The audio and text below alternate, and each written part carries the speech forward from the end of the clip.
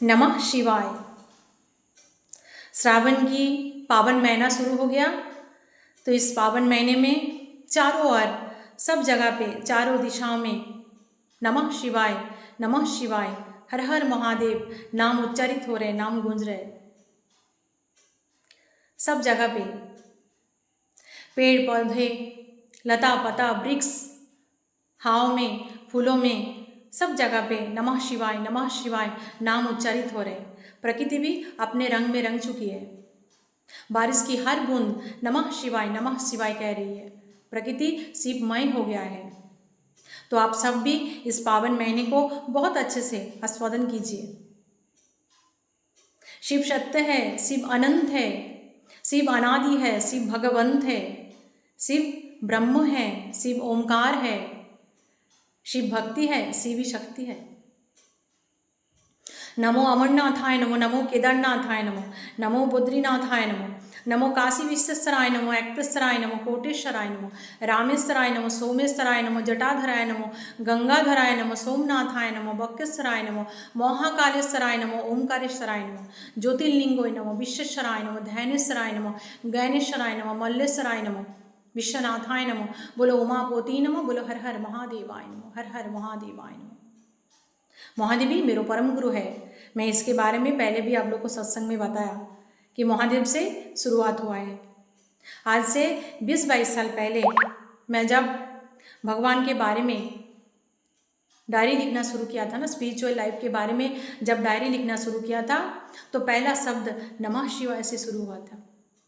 और आज देखिए भोलेनाथ ने मेरे को कृष्ण नाम दे दिया, हरि नाम दे दिया,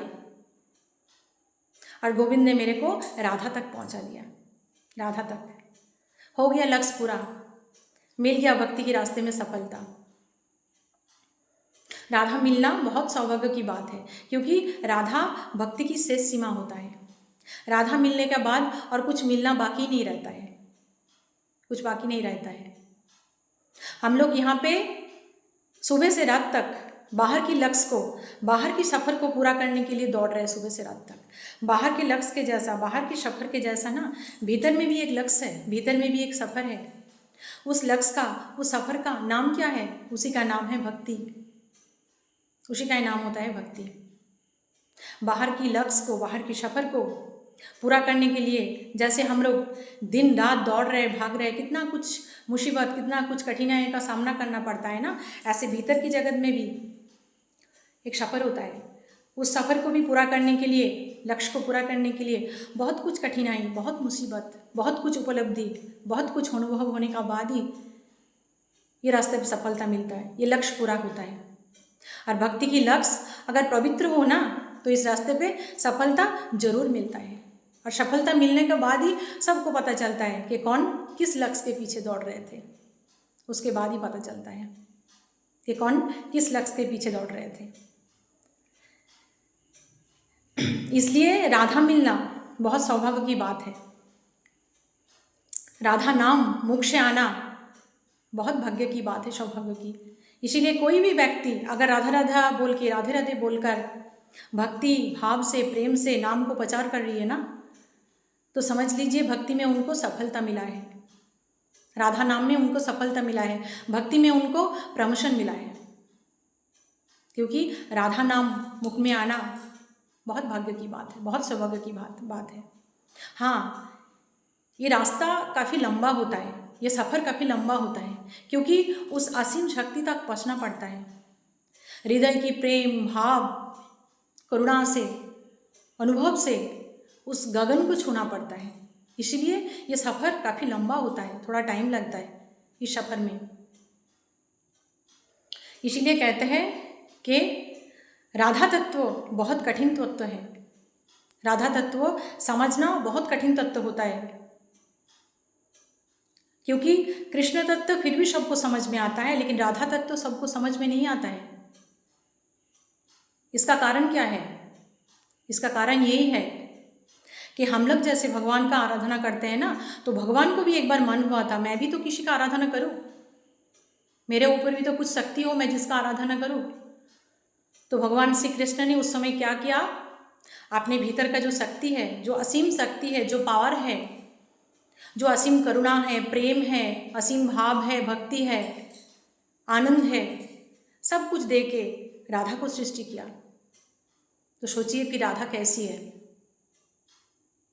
ब्रह्मा विष्णु महेश, ये पूरे सृष्टि में जितने असीम शक्ति है, असीम करुणा है, असीम प्रेम है, असीम भक्ति है, असीम दया है, सब कुछ राधा में समाया हुआ है।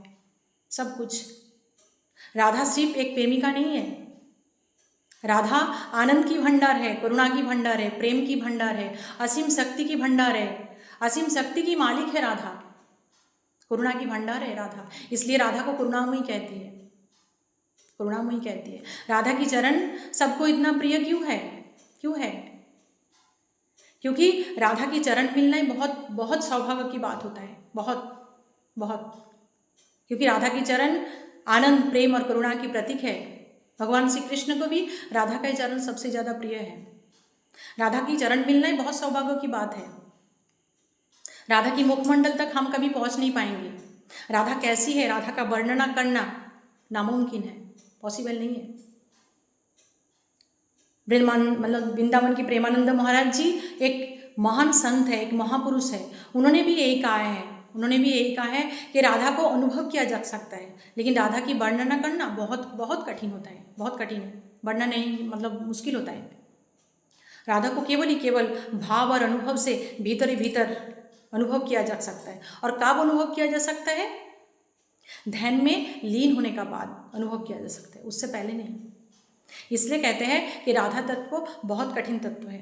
राधा तत्व समझना बहुत मुश्किल होता है, सबके बस में नहीं है। इसलिए राधा नाम मिलना बहुत सौभाग्य की बात होता है। राधा से सीमा होता है भक्ति का। तो महादेव से शुरू हुआ, राधा में समाप्त हुआ। शुरू से ही मेरे को प्रभु के प्रति आकर्षण, परमात्मा के प्रति आकर्षण, सृष्टि के प्रति आकर्षण शुरू हो गया था। मैं जब बहुत छोटी थी ना, बहुत छोटी थी उस समय, तो हमारे घर में प्रभु का एक विश्वरूप दर्शन का कैलेंडर था। तो उस समय मेरे भीतर क्या भाव, क्या अनुभव था, क्या ज्ञान था? कुछ नहीं था उस समय उतना। तो पता नहीं पिछले जन्म का क्या प्रभु के साथ रिश्ता है। मैं उस कैलेंडर के पास जाके ना ऐसे चुपचाप खड़े रहती थी, केवल प्रभु को देखते रहती थी, प्रभु को देखते रहती थी। मैं जब कभी बाहर घूमती थी ना इधर उधर, कभी आकाश की ओर देखती थी, कभी सृष्टि की ओर देखती थी, कभी प्रकृति की ओर देखती थी, कभी पेड़ पौधे, लता पता, वृक्ष, फूलों में, चिड़िया को देखती थी कि किसने बनाया, कैसे बनाया, ये सब कैसे संभव हुआ, कैसे सृष्टि हुआ, मैं कौन हूँ, मैं कहाँ से आई हूँ, जीवन का मतलब क्या है, जीवन का तत्व कहाँ क्या है, हम कहाँ से आए हैं, कहाँ जाना है, किस वजह से हम यहाँ पे आए हैं। बहुत कुछ अपने आप से मैं पूछते रहती थी। और इसीलिए शुरू से सृष्टि के प्रति मेरा आकर्षण था, परमात्मा के प्रति आकर्षण था, जानने का इच्छा था, प्रभु को पाने का इच्छा था। और उस आकर्षण ही मेरे को आज यहाँ तक लेके आया, उस आकर्षण ही। तो मैं शुरू से ही कोई भी भगवान का नाम हो, बहुत आकर्षण होता था उस नाम के प्रति। तो पहले मैं भीतर ही भीतर नमः शिवाय ऐसे जपती थी। तो आज से 6-7 साल पहले मेरे को गुरु दीक्षा मिला था। तो गुरु दीक्षा मिलने का बाद मेरे को हरिद्वार जाने का मौका मिला। हरिद्वार में मैं 7-8 दिन थी दीदी की वहाँ पे। हरिद्वार में मैं 7-8 दिन थी। हरिद्वार में तो महादेव साक्षात विराजमान है वहाँ पे। तो 7-8 दिन बहुत अच्छा लगा। मैं सब जगह अच्छे से घूम लिया, गंगा स्नान किया, मंदिर दर्शन किया वहाँ पे। तो एक दिन मैं मंदिर में गई हूँ वहाँ पे। तो पंडित जी से मैं कहा कि पंडित जी मेरे को ना कुछ दिन पहले गुरु दीक्षा मिला है और गुरु दीक्षा में गोविंद का नाम मिला है। ये तो सौभाग्य की बात है, लेकिन मैं ना भीतर ही भीतर नमः शिवाय जपते रहती हूँ। तो पंडित जी ने मेरे को उतना कुछ नहीं कहा कि कोई बात नहीं, आप नमः शिवाय जपते रहो। तो मैं जो 7-8 दिन वहाँ पे थी ना, भीतर ही भीतर केवल नमः शिवाय जप रही थी। और मेरे को शुरू से प्रभु को पाना था, प्रभु को जानना था। इसलिए ना मेरे को शुरू से मतलब यही विचार था मेरे मन में कि प्रभु को सिर्फ पूजा के समय और मंदिर में जाने का समय याद नहीं करना है, प्रभु को हर पल हर क्षण याद करना है, हर पल हर क्षण प्रभु को याद में रखना है। कोई भी वस्तु हो, कोई भी व्यक्ति हो, जब तक आप उनके साथ दिन रात संपर्क में नहीं रहोगे तब तक उसको आप जानोगे कैसे। तो इसलिए प्रभु के साथ हर पल हर क्षण संपर्क में मैं कोशिश करती थी प्रभु के साथ मतलब हर समय संपर्क में रहने के लिए। इंसान का सबसे बड़ा गलती, सबसे बड़ा भूल किस जगह पे होता है पता है? इंसान सोचते हैं कि भगवान के साथ संपर्क केवल ही केवल पूजा है, इसलिए इंसान पूजा से एक कदम भी आगे नहीं बढ़ते हैं, केवल पूजा तक अपने आप को सीमित रख देते हैं।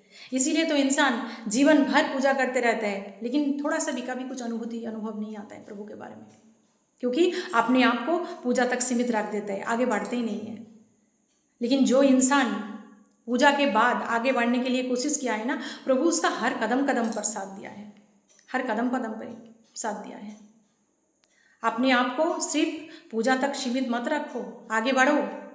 आगे जानने के लिए, प्रभु को अनुभव करने के लिए, प्रभु को समझने के लिए ना महासमुद्र पड़ा है। एक बार समुद्र के किनारे पर आ जाओ, प्रभु समझ जाएंगे कि आप किनारे के उस पार जाना चाहते हो। प्रभु समझ जाएंगे, प्रभु पार लगा देंगे, लेकिन किनारे तक आना आपकी जिम्मेदारी है। आप किनारे पर आके देखो, प्रभु पार लगा देंगे।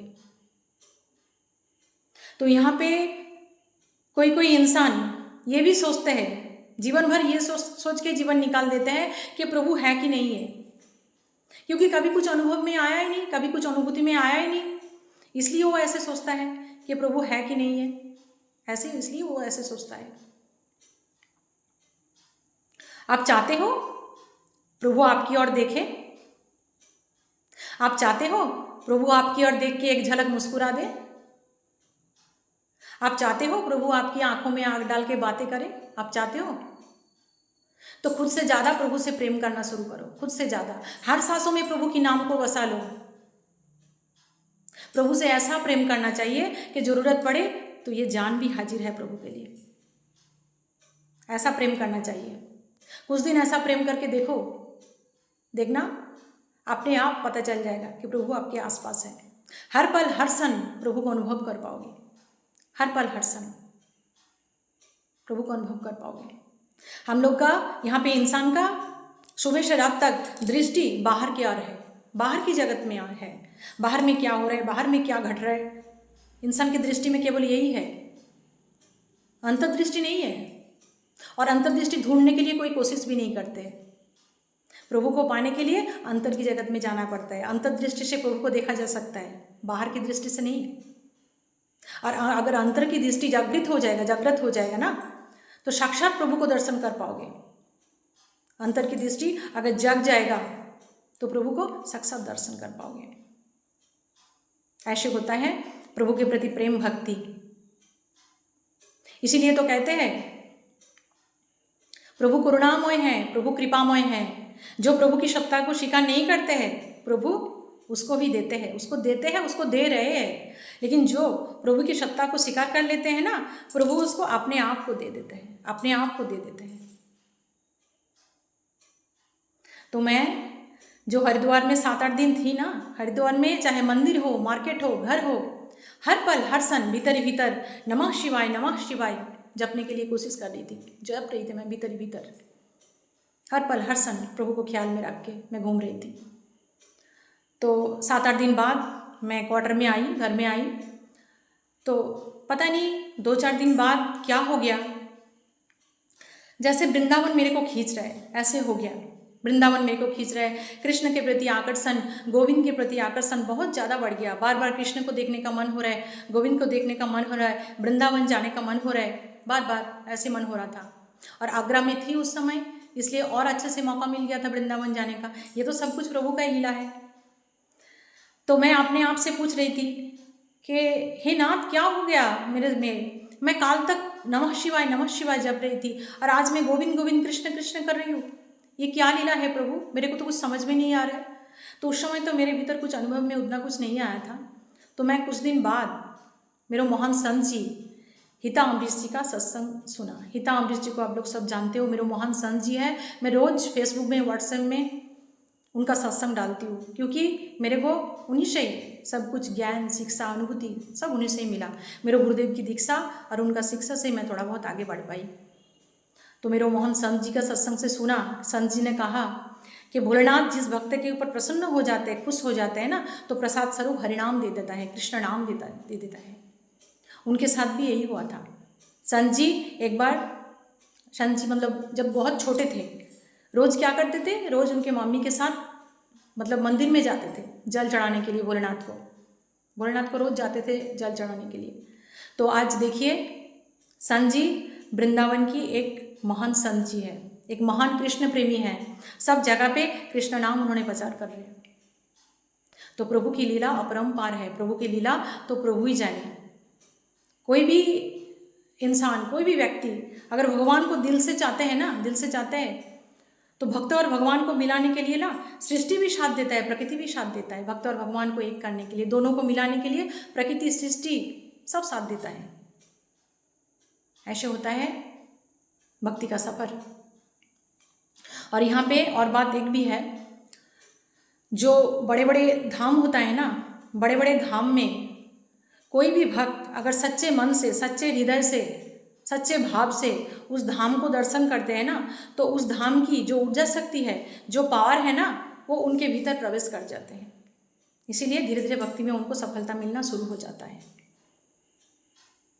और एक बात है, कोई भी भक्त के सामने, सच्चा भक्त के सामने आप कोई भी भजन, कोई भी भगवान का नाम लेकर भजन चला दो, देखना तुरंत उनके भीतर भाव आ जाते हैं। क्यों आता है?